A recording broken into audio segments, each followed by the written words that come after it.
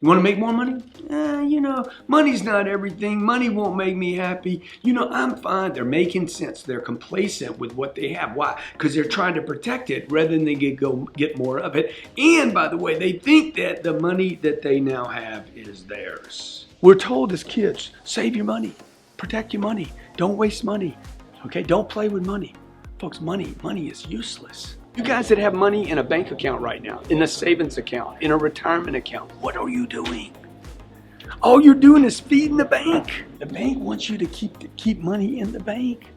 You guys have all been told, save your money, you gotta save your money. What for? Use money. Buy time. How do you buy time? This is what all the super wealthy people do. Super wealthy people all buy time. This is what they don't teach you at Harvard. You got to be somewhere north of $360 a year before you even have money to live on, unless you're just an irresponsible human being that's not storing money away for the future. Dude, your attention needs to be on this. This is the target. It's not the watch, it's not the car, and it's not the vacation. It's freedom. 67% of wealthy people surveyed said they weren't going for wealth, for cars and boats and trips. They were going for the freedom of worry. To not be concerned about money every day. I want to be concerned about my kids. I want to be concerned about, what we do when we have time together. I want to be concerned about how happy I am in my marriage. I don't want to be worried about pieces of paper that I don't have enough of, or where it's going, or what things cost. You need to get your income to a place. This is a fascinating concept right here. Okay? If you can do this, I guarantee you'll be rich.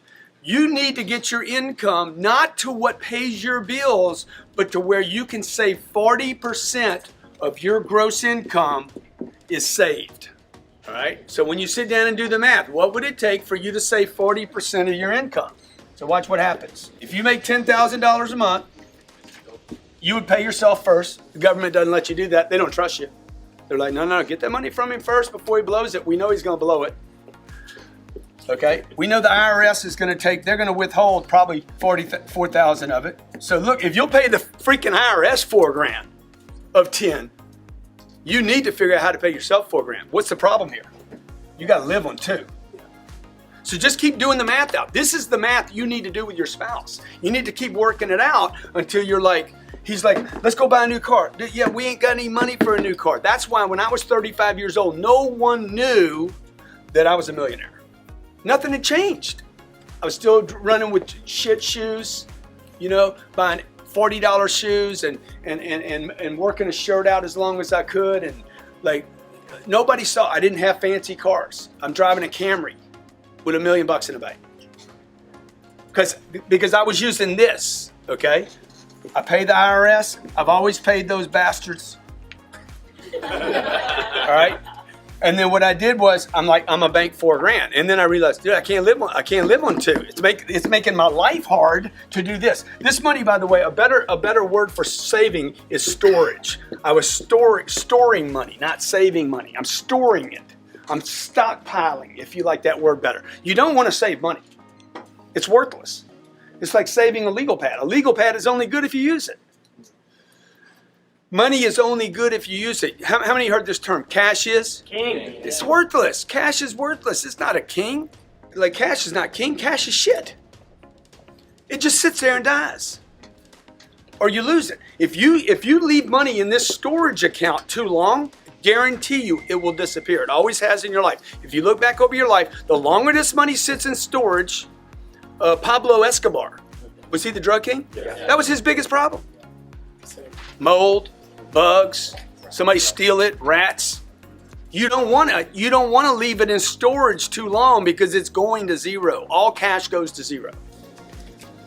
All right, so now when you do this math, you're like, dude, how much money do I actually need? This is the right way to do a budget. You make $30,000, 12's going to storage, 12's going to the IR and the S, and that leaves you with 6. So now you can start seeing, dude, you got to be somewhere north of $300,000 a year. Now you're saving $12,000 a month. That's $144,000 in 1 year. In 10 years, that's $1.4 million. In 10 years, you're a millionaire stored. You're going to go broke right here and invest the storage. Storage has to get invested. The golden goose is only good if she lays eggs. Otherwise, you can kill her. Need eggs. Money needs to make babies, right? So your goal right here is to invest the storage money and continue to do that until this money over here, the passive money, is equal to your income. Tough game, man. Right? So what would I do? I'd go out, I'm gonna make 30 grand, I'm gonna store 12, I'm gonna pay the IRS, I'm gonna live on 6. In Miami, you're like, there's no money left over. But there's 6 grand in storage right now.